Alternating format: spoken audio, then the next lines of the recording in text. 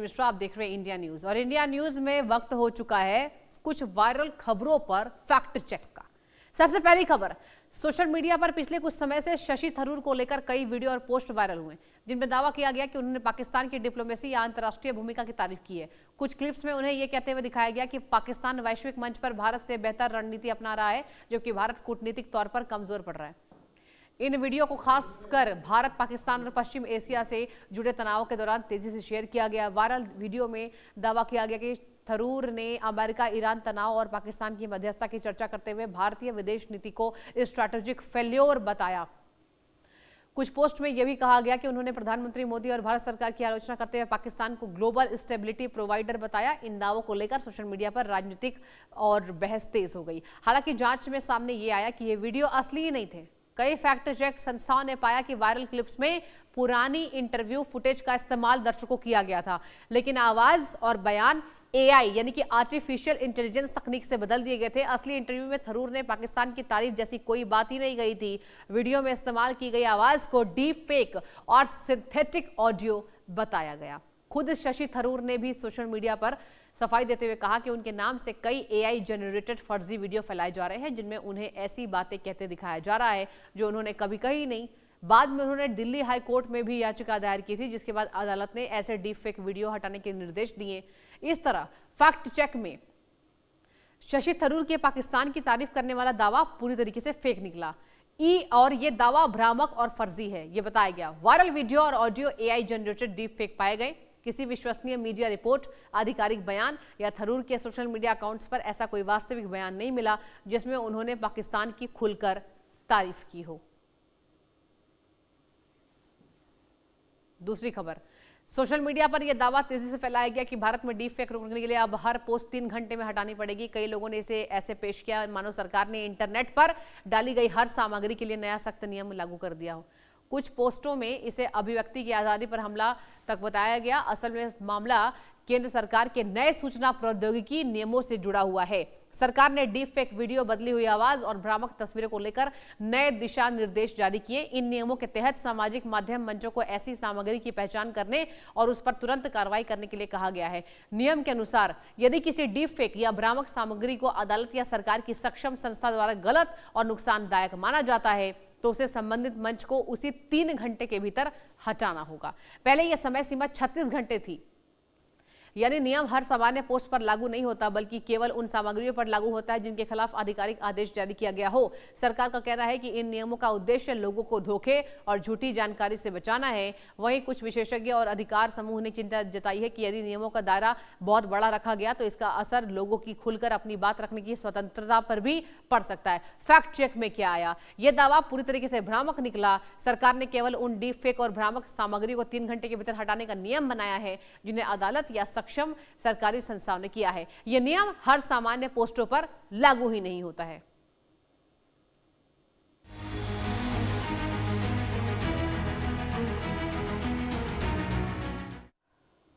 तीसरी खबर, social media और मैसेजिंग मंचों पर अक्सर यह दावा वायरल होता है कि रेलवे स्टेशंस पर फ्री वाईफाई इस्तेमाल करते ही बैंक खाता आपका हैक हो सकता है। कई संदेशों में लोगों को चेतावनी दी जाती है कि सार्वजनिक इंटरनेट सेवा का उपयोग करना बेहद खतरनाक है और इससे मोबाइल का सारा डेटा चोरी हो सकता है। इन संदेशों में डर पैदा करने वाली भाषा का इस्तेमाल कर लोगों को तुरंत इंटरनेट बंद करने की सलाह दी जाती है। असल में रेलवे स्टेशन पर मिलने वाली मुफ्त वाईफाई सेवा पूरी तरह अवैध या अपने आप में खतरनाक नहीं होती। भारतीय रेलवे और अधिकृत कंपनियों की आधिकारिक वाईफाई सेवा सामान्य तौर पर सुरक्षित होती है, लेकिन समस्या तब पैदा होती है जब कोई साइबर अपराधी उसी नाम से नकली वाईफाई का जाल तैयार कर देता है। तो लोग असली और नकली सेवा में फर्क नहीं समझ पाते और गलती से गलत नेटवर्क से अपने फोन्स को कनेक्ट कर लेते हैं। और आपको बता दें कि एक्सपर्ट्स के अनुसार सावधानी जरूरी है। यदि कोई व्यक्ति खुले नेटवर्क पर बैंकिंग, पासवर्ड डालने या गोपनीय जानकारी साझा करने जैसे काम करता है तो खतरा बढ़ सकता है, लेकिन केवल वाईफाई से जुड़ जाने भर से बैंक खाता अपने आप हैक नहीं हो जाता। इसके लिए आमतौर पर फर्जी वेबसाइट, नकली लिंक, धोखाधड़ी वाले संदेश या लोगों की लापरवाही का इस्तेमाल किया जाता है। CRT इन और साइबर सुरक्षा एजेंसियां समय समय पर लोगों को सलाह देती रही है कि सार्वजनिक इंटरनेट सेवा का इस्तेमाल करते समय उनके रहे केवल आधिकारिक नेटवर्क से जुड़े और बैंकिंग जैसे काम सुरक्षित निजी इंटरनेट पर करें। यानी खतरा पूरी तरह झूठा नहीं है, लेकिन वायरल संदेश जिस तरह दावा करता है वाईफाई इस्तेमाल करते ही खाता हैक हो जाएगा, ये बढ़ा चढ़ाकर पेश किया गया है। फैक्ट चेक में क्या आया? फैक्ट चेक में ये आया कि ये दावा रेलवे स्टेशन पर वाईफाई इस्तेमाल करने से बैंक अकाउंट हैक हो जाएगा पूरी तरीके से भ्रामक है। सार्वजनिक वाईफाई का गलत इस्तेमाल से साइबर ठगी का खतरा बढ़ सकता है, लेकिन केवल रेलवे स्टेशन का मुफ्त वाईफाई इस्तेमाल करने भर से आपका बैंक खाता अपने आप हैक नहीं हो जाता। सही सावधानी बरतने पर इसका उपयोग सुरक्षित तरीके से आप कर सकते हैं।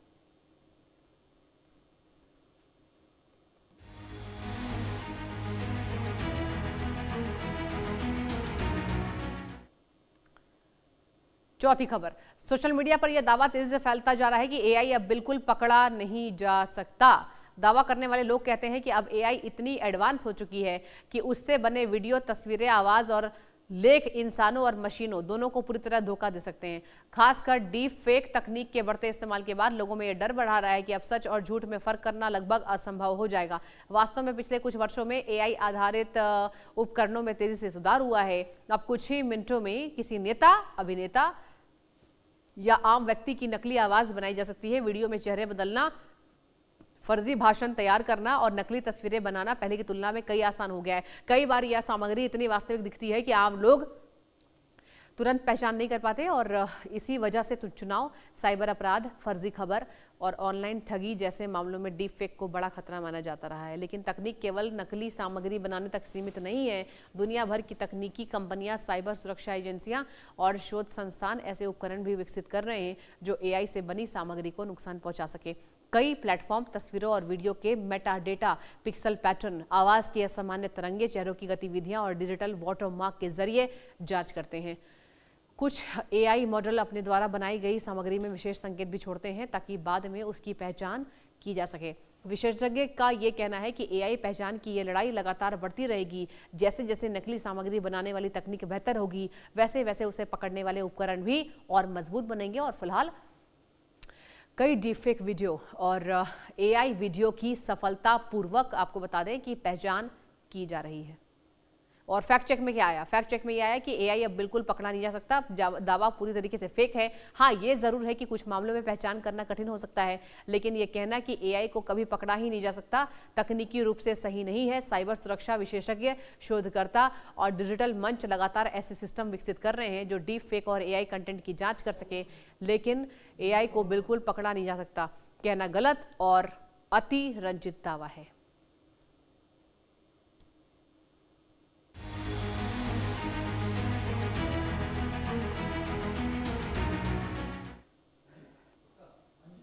आगे बढ़ते हैं। सोशल मीडिया पर इन दिनों एक दावा तेजी से वायरल हो रहा है। वो दर्शकों ये दावा है कि बीएसई सीईओ ने शेयर मार्केट से करोड़पति बनने का गुप्त तरीका बताया है। कई पोस्ट और वीडियो में दावा ये किया जा रहा है कि बॉम्बे स्टॉक एक्सचेंज के प्रमुख ने ऐसा फॉर्मूला साझा किया है जिससे कोई भी व्यक्ति बहुत कम समय में भारी मुनाफा कमा सकता है। कुछ पोस्ट में निवेश से जुड़ी कथित सीक्रेट ट्रिक, गारंटीड कमाई और 100% सफल रणनीति जैसे दावे भी किए जा रहे हैं। इन वायरल संदेशों में अक्सर किसी बड़े कारोबारी या वित्तीय संस्था का नाम जोड़कर भरोसा पैदा करने की कोशिश की जाती है। कई फर्जी विज्ञापनों से मशहूर निवेशक, उद्योगपतियों या शेयर बाजार से जुड़े अधिकारियों की तस्वीरों और नकली बयान का इस्तेमाल किया जाता है ताकि लोग जल्दी निवेश करें। कई बार ऐसे वीडियो एआई तकनीक या एडिटिंग के जरिए बनाए जाते हैं जिससे वे असली इंटरव्यू जैसे दिखाई देते हैं। वास्तव में शेयर बाजार में निवेश हमेशा जोखिम के साथ जुड़ा होता है। कोई भी अधिकारी, संस्था या विशेषज्ञ ये गारंटी नहीं दे सकता कि कोई व्यक्ति निश्चित रूप से करोड़पति बन जाएगा। बाजार कई आर्थिक, वैश्विक और राजनीतिक परिस्थितियों से प्रभावित होता है। इसी वजह से वैध वित्तीय सलाह में हमेशा जोखिम, शोध और सावधानी की बात कही जाती है, न कि पक्का मुनाफा या जल्दी अमीर बनने का दावा। वित्तीय विशेषज्ञ लगातार लोगों को ऐसे वायरल दावे से सावधान रहने की सलाह देते हैं। निवेश से पहले आधिकारिक स्रोतों की जांच, पंजीकृत वित्तीय सलाहकार की राय और कंपनी की विश्वसनीयता देखना जरूरी है। कई साइबर ठगी गिरोह नकली निवेश योजनाओं के जरिए लोगों से पैसे ऐंठने के लिए इस तरह के दावे फैलाते हैं। अब फैक्ट चेक में क्या आया? फैक्ट चेक में ये आया कि बीएसई सीईओ ने शेयर मार्केट से करोड़पति बनने का तरीका बताने वाला दावा संदिग्ध और भ्रामक हो निकला, खासकर जब उसके साथ गारंटीड कमाई या जल्दी अमीर बनने जैसी वादे किए जाए। शेयर बाजार में मुनाफे की कोई निश्चित गारंटी नहीं होती, इसलिए ऐसे वायरल वीडियो, विज्ञापन या संदेशों पर बिना आधिकारिक पुष्टि के भरोसा करना आप सबके लिए सुरक्षित नहीं है।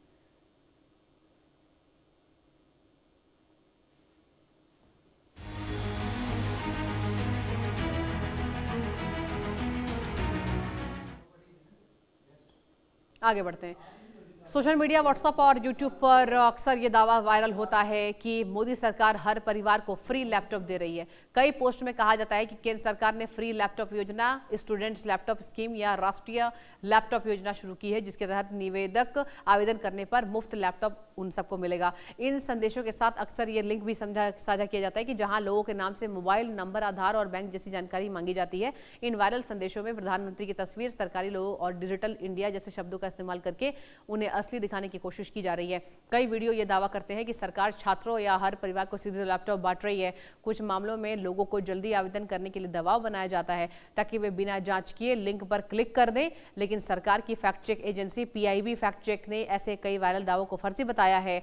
और PIB ने स्पष्ट कहा है कि केंद्र सरकार ने हर परिवार को फ्री लैपटॉप देने जैसी कोई सार्वभौमिक योजना घोषित नहीं की है। एजेंसी ने लोगों को चेतावनी दी कि ऐसे लिंक फिशिंग और ऑनलाइन ठगी का हिस्सा हो सकते हैं, जितना मकसद लोगों को निजी जानकारी चुराना होता है। हालांकि कुछ राज्य सरकार या विशेष शिक्षा योजनाएं सीमित वर्ग के छात्रों को लैपटॉप या आर्थिक सहायता दे सकती है, लेकिन उसे पूरे देश में हर परिवार को मुफ्त लैपटॉप देने वाली केंद्रीय योजना बताना गलत है। विशेषज्ञ आपको सलाह ये देते हैं कि किसी भी सरकारी योजना की जानकारी केवल आधिकारिक वेबसाइट या सत्यापित सूचना स्रोत से ही जांचनी चाहिए। फैक्ट चेक में मोदी सरकार हर परिवार को फ्री लैपटॉप दे रही है, यह दावा पूरी तरह से फर्जी निकला, भ्रामक निकला और PIB फैक्ट चेक के अनुसार केंद्र सरकार ने ऐसी कोई योजना घोषित नहीं की है। जानकारी हासिल करने के लिए फैलाए जा रहे हैं। जी हाँ,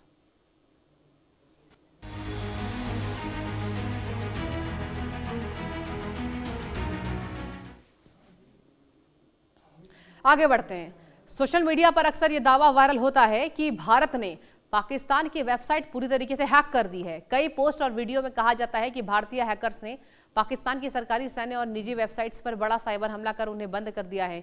कुछ दावों में साइबर वॉर, डिजिटल बदला और पूरे पाकिस्तान का सिस्टम ठप जैसे सनसनीखेज शब्दों का इस्तेमाल किया जाता है। भारत और पाकिस्तान के बीच पहले भी कथित साइबर हमलों और वेबसाइट डिफेसमेंट की खबरें सामने आती रही है। अलग अलग समय पर दोनों देशों ने हैकर समूहों ने एक दूसरे की वेबसाइट हैक करने के दावे किए हैं। 2016 और 17 में भी भारतीय हैकर समूह द्वारा पाकिस्तान की सैकड़ों वेबसाइट हैक करने के दावे मीडिया रिपोर्ट्स में आए थे। हाल के वर्षों में भारत और पाकिस्तान के बीच साइबर हमलों को लेकर तनाव की खबरें थी। कुछ रिपोर्ट्स में पाकिस्तान समर्थित हैकर समूहों द्वारा भारतीय रक्षा और सरकारी वेबसाइट को निशाना बनाने की बात कही गई, जबकि दूसरी ओर भारतीय पक्ष से भी जवाबी साइबर कार्रवाई के जो दावे हैं वो सामने आए। हालांकि इन दावों की स्वतंत्र और आधिकारिक पुष्टि हर मामले में नहीं हो पाती। साइबर सुरक्षा विशेषज्ञों का कहना है कि किसी देश की पूरी वेबसाइट्स हैक कर देना व्यापारिक रूप से बेहद कठिन दावा है। किसी एक की कुछ वेबसाइट्स पर हमला, डिफेसमेंट या अस्थायी बाधा संभव हो सकती है, लेकिन पूरे देश के डिजिटल ढांचे को पूरी तरह हैक कर लेने का दावा अक्सर बढ़ा चढ़ाकर आपके सामने पेश किया जाता है।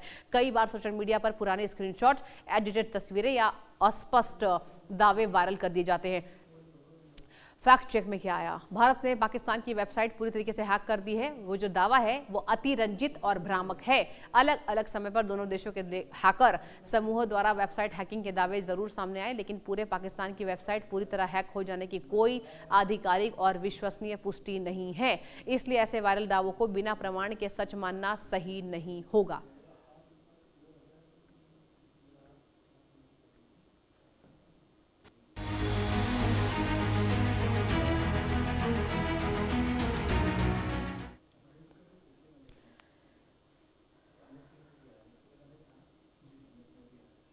आगे बढ़ते हैं। सोशल मीडिया और मैसेजिंग प्लेटफॉर्म पर अक्सर यह दावा किया जाता है कि ChatGPT आपकी सारी बातें सरकार को भेजता है।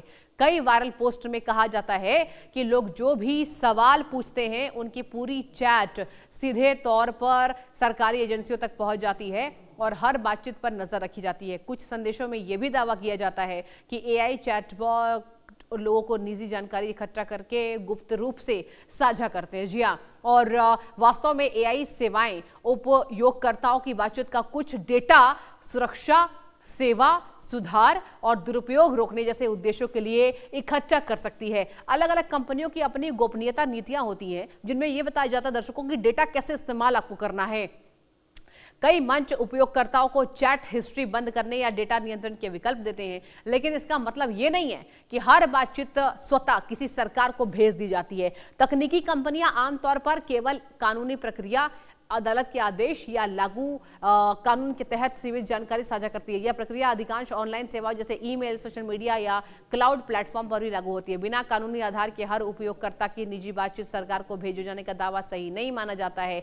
साइबर सुरक्षा विशेषज्ञ आपको सलाह देते हैं कि किसी भी डिजिटल मंच पर अत्यधिक संवेदनशील निजी जानकारी साझा करने से आपको बचना चाहिए। हालांकि ये कहना चैट जीपीटी आपकी सारी बातें सीधे सरकार को भेजता है, बड़ा चढ़ाकर पेश किया गया और भ्रामक है। उपयोगकर्ताओं को हमेशा किसी भी सेवा की आधिकारिक गोपनीयता जो नीति है, गोपनीयता यह नीति पढ़कर ही निष्कर्ष निकालना चाहिए। फैक्ट चेक में क्या आया? फैक्ट चेक में चैट जीपीटी आपकी सारी बातें सरकार को भेजता है वाला दावा गलत है। ऐसा कोई प्रमाण नहीं है कि हर उपयोगकर्ता की पूरी बातचीत स्वतः सरकार को भेजी जाती है। डेटा उपयोग और साझा करने के नियम गोपनीयता नीति और कानूनी प्रक्रिया के तहत सीमित होते हैं। जी हाँ,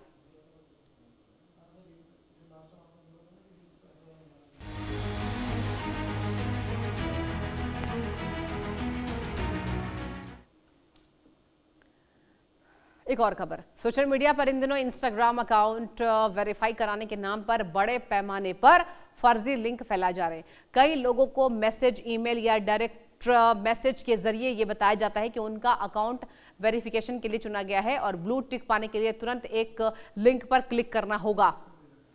इन संदेशों में अक्सर इंस्टाग्राम का लोगो, नकली आधिकारिक भाषा और अकाउंट बंद होने जैसी चेतावनियां भी शामिल होती हैं ताकि लोग घबरा जाएं। ऐसे फर्जी लिंक पर क्लिक करने के बाद आपको बताएं कि उपयोगकर्ताओं से उनका user name, password, mobile number, email या ओटीपी मांगा जाता है। कई मामलों में लोग ये जानकारी भर देते हैं कि उनका अकाउंट साइबर ठगों के हाथ में चला जाता है।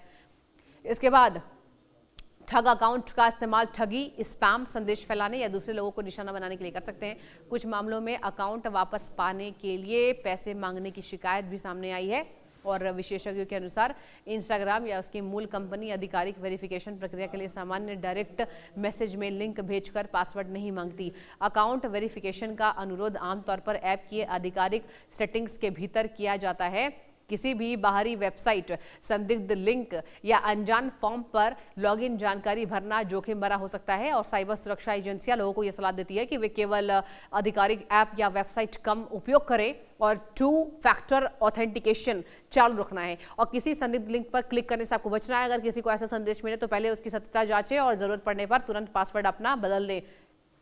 क्या आया फैक्ट चेक में? इंस्टाग्राम अकाउंट वेरीफाई कराने के नाम पर भेजे जा रहे कई लिंक फर्जी, साइबर ठगी का मामला निकला और इंस्टाग्राम आधिकारिक वेरिफिकेशन के लिए सामान्य मैसेज में पासवर्ड या ओटीपी नहीं मांगता। इसीलिए किसी भी अनजान लिंक पर अपनी लॉगिन जानकारी साझा करना खतरनाक हो सकता है, आपके लिए जोखिम भरा हो सकता है।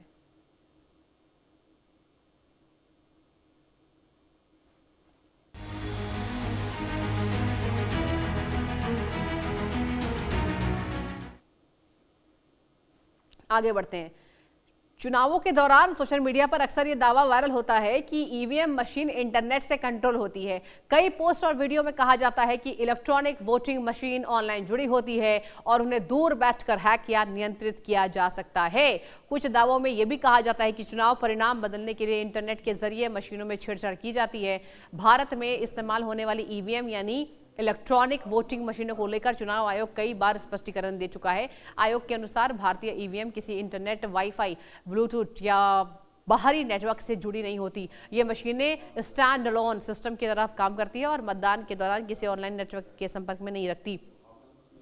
इसी वजह से इंटरनेट के जरिए इन्हें दूर से नियंत्रित करने का दावा तकनीकी रूप से गलत है। चुनाव प्रक्रिया में सुरक्षा के लिए कई स्तरों की व्यवस्था भी लागू होती है और मशीनों की सीलिंग, उम्मीदवारों की मौजूदगी में मॉक पोल, स्ट्रांग रूम से सुरक्षा और वीवीपैट पर्चियों के मिलान जैसी प्रोसेस पारदर्शिता बनाए रखने के लिए की जाती है। अब आपको बताएं, चुनाव आयोग ने कई बार सार्वजनिक चुनौती भी दी थी कि अगर कोई ईवीएम हैक कर सकता है तो वह निर्धारित प्रक्रिया के तहत साबित करे।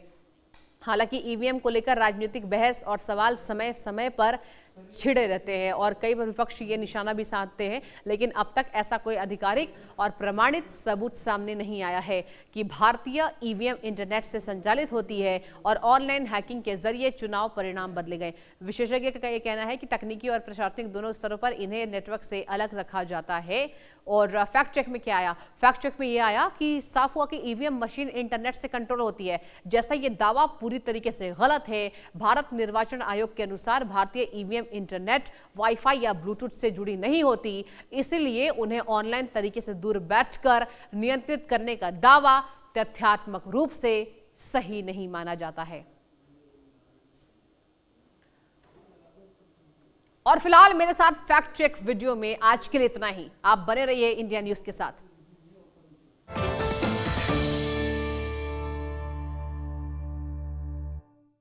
घिसते तोड़ते